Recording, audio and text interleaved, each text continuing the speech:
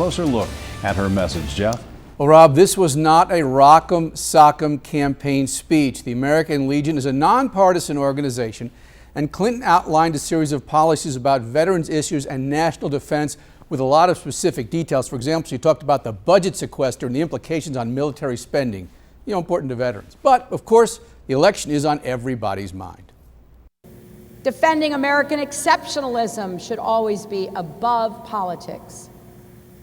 But this is not a normal election. That's for sure, and Hillary Clinton does not have a traditional opponent.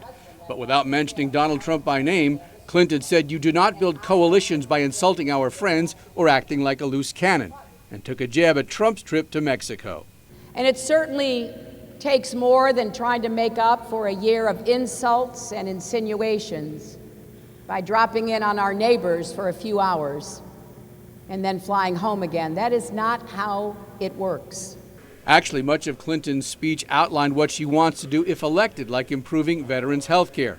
But the former Secretary of State also indicated there's a stark contrast in choices for president. It's not just about differences over policy.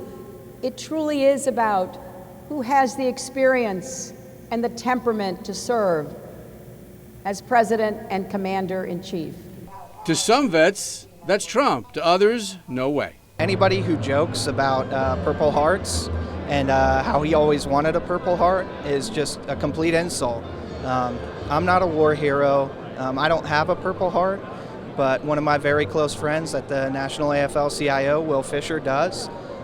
When he got his Purple Heart, it wasn't just him. He had a friend that day who lost half his arm. He got a Purple Heart.